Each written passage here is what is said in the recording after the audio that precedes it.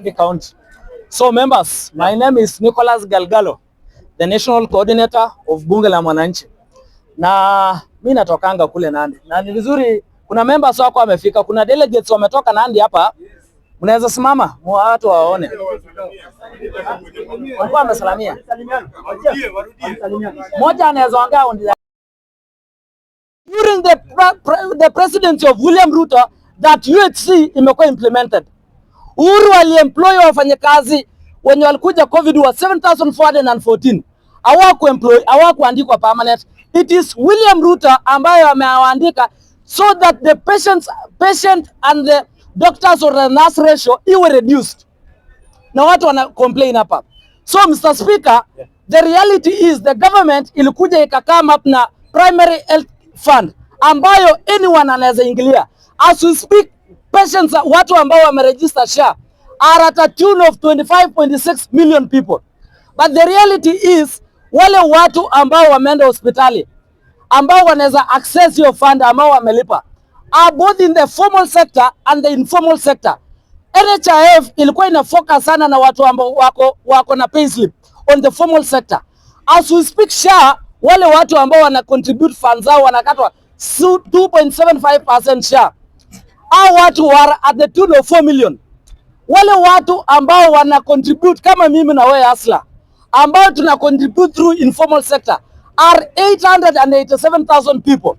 So as we speak, ukienda hospitali na uende mambo za SHA na hizi vitu ambao 25.6 million people wote wanaweza enda na watibiwe for free in hospital in level 2, level 3 and level 4 hospitals. Mahali ambapo SHIF inaingilia ni level 5 and level 6. Mahali ambapo emergency pesa inaingilia are at in level 6. So the reality is kuna Wakenya ambao wameenda hospitali at the tune of 5.5 million. Wameenda level 2 ile dispensary ambayo iko nyumbani, wameenda level 3 ile sub county hospitals, wameenda level 4 ambayo iko our district hospitals pale nyumbani. And the reality is 5.5 million wame access hizo hospitals, wameingia on the outpatient na wakatoka for free. If at all as a Kenyan uende hospitali useme homa imekushika level 2, level 3, level 4, utatibiwa for free, na hiyo ni the reality. The reality is primary healthcare fund unaweza access at level 2, 3 and 4 for free. Na zile magonjwa mingi ambazo zinatibiwa Kenya iko at 85%. 85% wa Kenya, 85% ambao ni wagonjwa wanaweza enda level 2, level 3 na level 4 watibiwa for free. Wale 15% ambao umeenda hospitali na wakarealize ugonjwa yako it's a secondary disease or a tertiary disease, unaweza enda level 5 and level 6. So hizi propaganda za SHA ambayo ifanye, it is not the complainant mwenye ana complain, it is not that person who is sick, it is the providers, it are the people ambao wanakuja kuongea against SHA are speaking on behalf of facilities ambazo ni private, watu ambao walikuwa wamezoea kuibia wagonjwa pesa.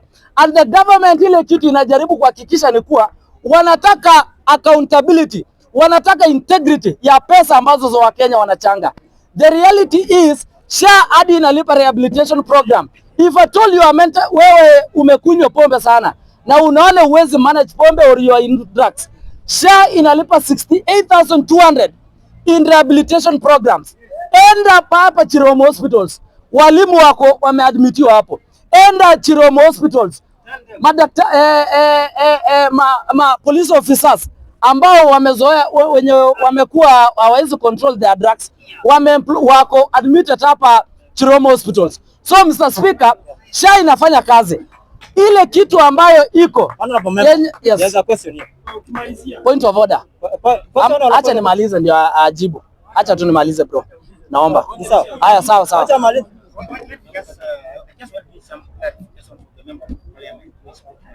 Yeah. Yes, just mentioned that most of the symptoms which are complaining that SHA is not working is under the private hospitals. Private sector. Yet we saw when the CS Aden Duale came out with the list, in most of those symptoms where corruption, where SHA is not working, one of them was the Kenyatta National Hospital. And majorly, and other government hospital in our rural. That's smart. Hiyo iko sawa. Acha nieleze hiyo. Any public facility ambayo imekatazwa, amesema kuna claims kama Kenyatta Hospital. Actually 7 million claims za Kenyatta zilikataliwa, si ndio? The reason as why these claims zilikataliwa, it is because of documentation of our doctors.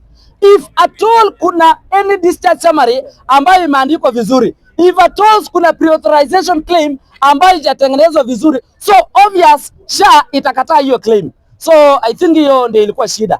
Na ile shida kubwa ambayo bado iko kidogo, iko under the Digital Health Authority ambayo inasimamia the system of SHA, the network of SHA. So that is why unapata sometimes pre-authorization inaweza chelewa ukituma hospitali. But the relatives, ukicompare pre-authorization time ya SHA na NHIF imereduce by to a tune of around 1 minute and a half. Utakuwa unapata pre-authorization yako na claim imekuwa imerudishwa. Thank you.